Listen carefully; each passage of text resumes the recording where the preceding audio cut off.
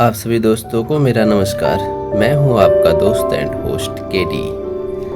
आज मैं आया हूं आप सबके बीच में एक नई कहानी लेकर, जिसका नाम है ब्राह्मण, बकरा और 3 चोर।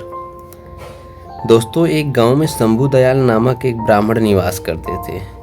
एक बार वह हवन आदि करने एक जजमान के घर गए।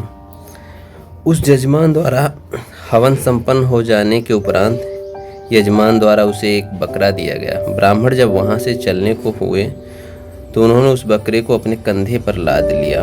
बकरे को कंधे पर लादे ब्राह्मण चले आ रहे थे। मार्ग में 3 ठगों ने उन्हें बकरे के साथ देखा तो बकरा हथियाने की योजना बनाने लगे। योजना अनुसार तीनों ठग ब्राह्मण के मार्ग पर थोड़ी थोड़ी दूर में खड़े हो गए।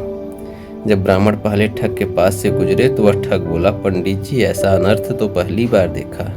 एक ब्राह्मण अपने कंधे पर कुत्ता लादे ले जा रहा है। यह बात सुनकर ब्राह्मण क्रुद्ध हो गया और बोला, दिखाई नहीं देता तुझे? ये कुत्ता नहीं बकरा है। ठग बोला, पंडित जी, ये कुत्ता ही है। यदि आपको नहीं मानना है तो मत मानो, किंतु मानने या ना मानने से वास्तविकता बदल नहीं जाएगी। आगे ब्राह्मण बढ़ा तो दूसरा ठग मिला। उसने ब्राह्मण से कहा, पंडित जी, लगता है आपको ज्ञात नहीं कि उच्च कुल के व्यक्तियों को कुत्ता अपने कंधे पर नहीं उठाना चाहिए। उसकी बात सुनकर ब्राह्मण बिदक गया और चिड़चिड़ाते हुए वहां से आगे बढ़ गया। कुछ देर बाद उसे तीसरा ठग मिला। उसने भी ब्राह्मण से वही प्रश्न पूछा, पंडित जी, अपने कंधे पर कुत्ता लादे कहाँ जा रहे हो?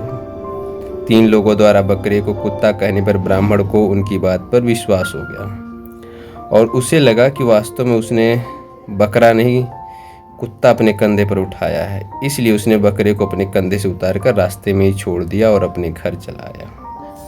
इधर तीनों ठग ने बकरे को मारकर उसकी दावत का मजा लिया।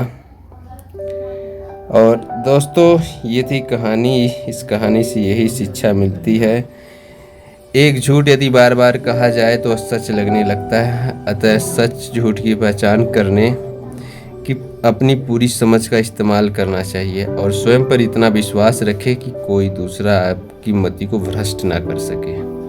दोस्तों, ये थी आज की कहानी कैसी लगी हमें कमेंट कर ज़रूर बताएं। फिर मिलेंगे किसी और कहानी में। तब तक के लिए नमस्कार।